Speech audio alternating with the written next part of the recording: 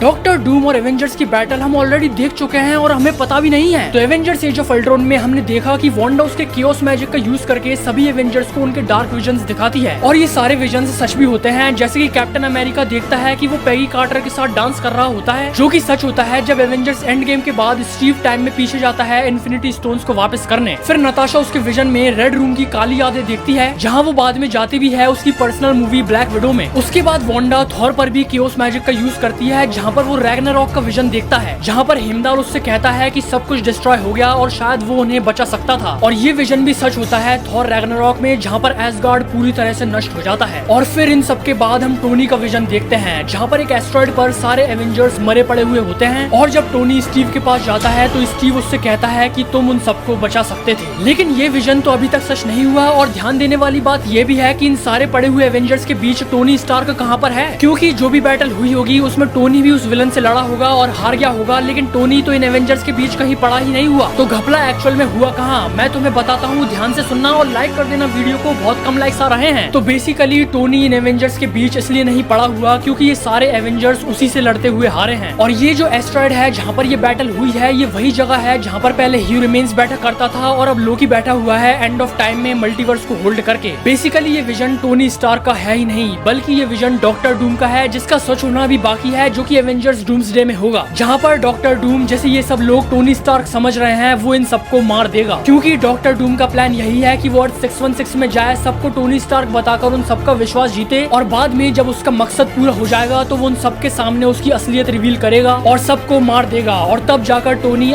Doctor Doom का ये vision सच होगा।